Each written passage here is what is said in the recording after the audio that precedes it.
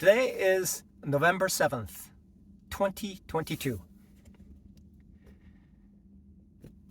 I have tackled several things right now that has allowed me to survive to today.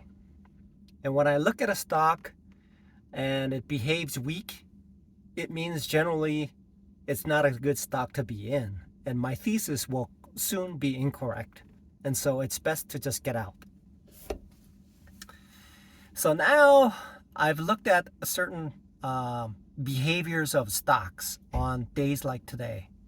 And it turns out if the stock is moving, if the stock is green on a day like today, and generally speaking, when Dow Jones and the NASDAQ is green, generally what that means, it'll tend to move in the direction of consensus.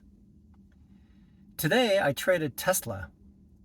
In the morning, it bounced a couple times, and I was able to make 1R.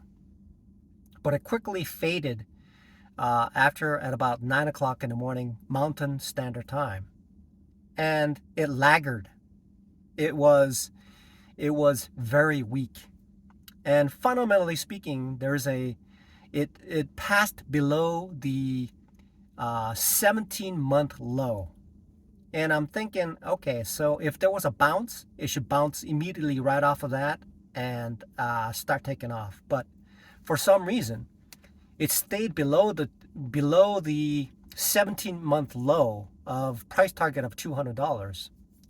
Now it begs for me to determine what my next step is for trading. And S&B Capital stated that at best, if I do not select the right stocks, it will be 50-50 chance of winning. And chances are, when I'm in that situation, I could be headed to a severe loss. Now, in order for me to improve my odds of winning in a trade, then I have to be more selective about the stock that I trade.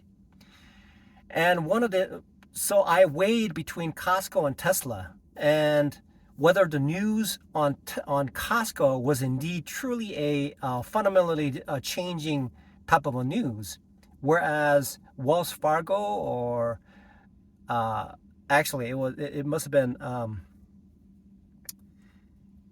it's either Wells Fargo or some other bank decided that Costco was slightly downgraded, and so I avoided Costco. But it turned out what it did was it dropped, and is actually positive at the close of today, which means that fundamentally speaking, that news is essentially had zero impact on the fundamental price of the stock, except to depreciate a little bit and then bounce right back up.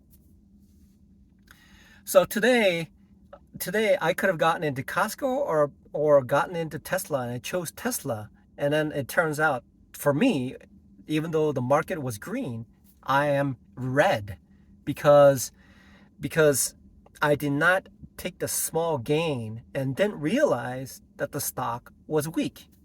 And therefore, stock selection is now I need to work on stock selection so that I can figure out which one is going to provide me with the best return for the money. And a lot of professional day traders spend an enormous amount of time selecting those stocks and then planning out what they're going to do when the stock does certain things, because they believe that especially high beta stocks like Costco and Tesla, it will move in a certain direction. It'll move in a particular direction in a big way. And if it does not pan out in a certain direction in a big way, what it will do is it'll most likely be a laggard compared to the general theme of the Dow Jones and the NASDAQ. And that indicates to me that it is a weak stock. And compared to the direction that I've chosen, then the thesis is incorrect. And therefore, what I need to do at this point now for the rest of my life is to focus on the most probable and the A plus type. If I were to categorize 40 different stocks, then I need to select those cream of the crop, ones that will provide me with the best return, as well as the best fit for the direction that I'm going in. So stock selection is the study that I need to focus on as of this moment.